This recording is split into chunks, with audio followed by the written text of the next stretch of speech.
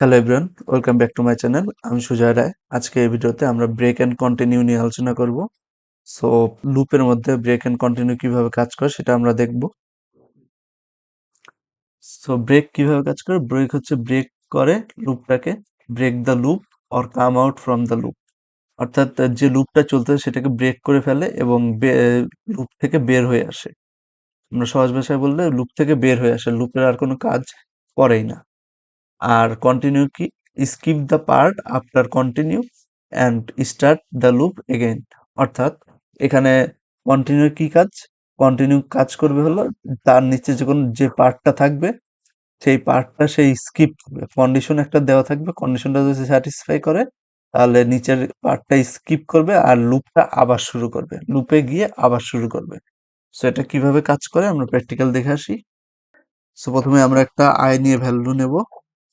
Suppose initial value 1, এরপরে আমরা while loop দেব, while, তারপরে একটা কন্ডিশন দেব আই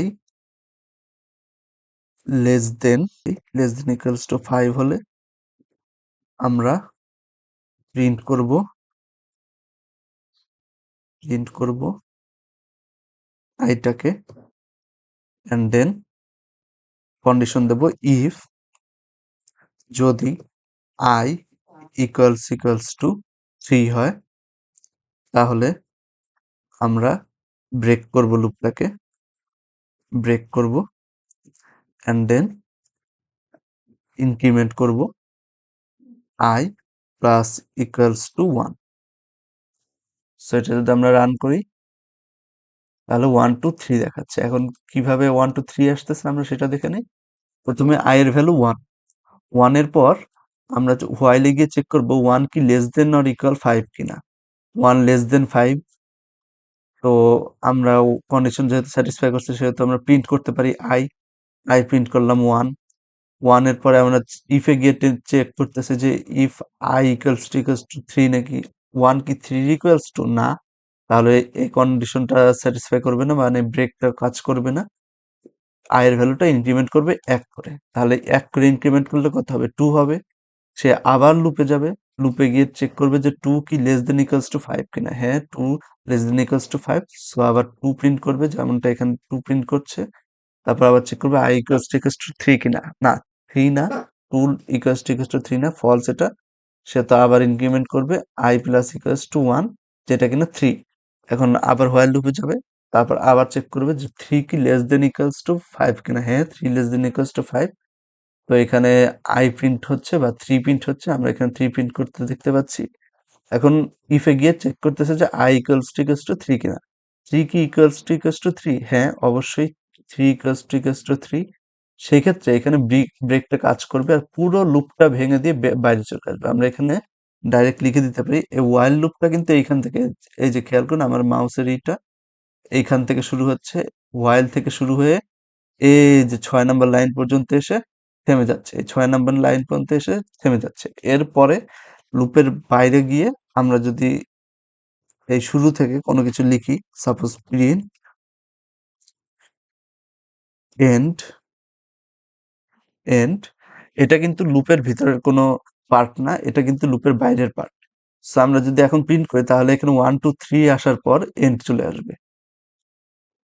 হ্যাঁ, এন্ড চলে এসেছে, কারণ এটা লুপ যখন ব্রেক করে দিচ্ছে তখন লুপের বাইরের যে কাজটা আছে সেই বাইরের কাজটা ঠিকই করছে। সো এখন আমরা আরেকটা এক্সাম্পল দেখবো, সেটা হচ্ছে কন্টিনিউ এর।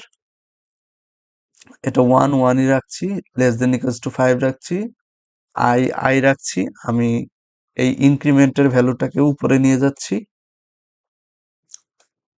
ইনক্রিমেন্টের ভ্যালু উপরে নিয়ে গেলাম। এরপর এখানে একটা কন্টিনিউ দিলাম, কন্টিনিউ কন্টিনিউ কিন্তু ছোট হাতে হতে হবে, অ্যান্ড দেন একটা কন্ডিশন দিয়ে দিলাম print print hello hello. Print হ্যালোটা আমরা একটু ইফ কন্ডিশনের বাইরে নিয়ে আসবো, অর্থাৎ লুপের ভিতরেই রাখবো, বাট ইফের বাইরে। সো এটা আসছে। So এখন যদি রান করি তাহলে দেখা যাচ্ছে 1 এর পর হ্যালো, 2 এর পর 3 আসতেছে, 3 এর পর হ্যালো, 4 এর পরে হ্যালো, 5 এর পরে হ্যালো, তারপর এন চলে আসতেছে। তাহলে 2 আর 3 এর মাঝখানে হলোটা কি সেটা আমরা একটু দেখব। আচ্ছা, এখানে যখন 1 কি less than 5? Yes, less than 5, তাহলে 1 প্রিন্ট হচ্ছে এখানে। 1 প্রিন্ট হলো। 1 প্রিন্ট হওয়ার পর দেখলো যে 1 প্লাস ইকুয়ালস টু 1। তাহলে এখানে কত হচ্ছে? 2 হচ্ছে। তাহলে 2 কি ইকুয়ালস টু 3? না। তাহলে এটা প্রিন্ট হবে। কি প্রিন্ট হবে? হ্যালো প্রিন্ট হবে। সো আমরা এটা দেখতে পাচ্ছি এখানে। এই যে 1 এর পরে হ্যালো প্রিন্ট হয়েছে। 1 প্রিন্ট হয়েছে প্রথমে, পরে হ্যালো প্রিন্ট হয়েছে। এরপর আবার চেক করবে হোয়াইল লুপে গিয়ে যে 2 টা কি লেস দেন 5 কিনা। হ্যাঁ, 2 লেস দেন 5, তাহলে আবার আবার 2 প্রিন্ট করবে এখানে। 2 প্রিন্ট করলো। 2 ইনিশিয়ালাইজ করলে আবার হয় হলো 3। এখন 3 কি ইকুয়ালস টু 3? হ্যাঁ, ইকুয়ালস টু 3। তাহলে এখানে কন্টিনিউতে গিয়ে আমরা এই কন্টিনিউ এর নিচে যে পার্টটা আছে হোয়াইল লুপের ভেতরে, সেই পার্টটাকে স্কিপ করব। তাহলে যদি হ্যালোকে স্কিপ করি তাহলে এখানে আর হ্যালো বসবে না 2 এর পরে। 2 এর পরে আর হ্যালো বসবে না। তাহলে এখানে 3 আসতেছে। এখানে ইনক্রিমেন্ট করার পর যেহেতু 3 আসতেছে, তাহলে 3 আবার উপরে যাবে। উপরে গিয়ে 3 চেক করবে 3 লেস দেন 5 কিনা। হ্যাঁ, 3 লেস দেন 5। তাহলে আবার 3 প্রিন্ট করতেছে। তারপর আবার ইনিশিয়ালাইজ করতেছে। কত? সরি, ইনক্রিমেন্ট করতেছে। ইনক্রিমেন্ট করতেছে। এটা হয়ে যাচ্ছে 4। 4 কি ইকুয়ালস টু 3? না। তাহলে আবার হ্যালো প্রিন্ট হচ্ছে। এখানে হ্যালো প্রিন্ট হচ্ছে। তারপরে আবার এটাও পড়ে যাচ্ছে। 4 দেখতেছে। 4 কি লেস দেন ইকুয়ালস টু 5? হ্যাঁ। তাহলে এখানে 4 প্রিন্ট হচ্ছে, এখানে 4 প্রিন্ট হচ্ছে। তারপরে আবার 4 এর ভ্যালুটা বের হয়ে যাচ্ছে 5। 5 কি ইকুয়ালস টু 3? না। তাহলে আবার হ্যালো প্রিন্ট হবে। এখানে হ্যালো প্রিন্ট হচ্ছে। তারপর আবার হোয়াইল লুপে যাচ্ছে। 5 কি লেস দেন ইকুয়ালস টু 5? হ্যাঁ, ইকুয়ালস টু 5। সেহেতু 5 প্রিন্ট হবে। এখানে 5 প্রিন্ট হলো। 5 ইনিশিয়ালাইজ হয়ে সরি, ইনক্রিমেন্ট হয়ে হলো 6। তো 6 কি ইকুয়ালস টু 3? না। তাহলে আবার হ্যালো প্রিন্ট হবে। এখানে আবার হ্যালো প্রিন্ট হয়েছে। তারপরে আমরা আবার চেক করব I এর ভ্যালু যেহেতু 6, 6 কি লেস দেন ইকুয়ালস টু 5? না। তাহলে আমরা লুপের কাজটা শেষ করলাম। শেষ করে ফাইনালি লাস্টে এসে লুপের বাইরে এসে প্রিন্ট করে দিলাম এন্ড। এখানে এন্ড প্রিন্ট হয়ে গেল।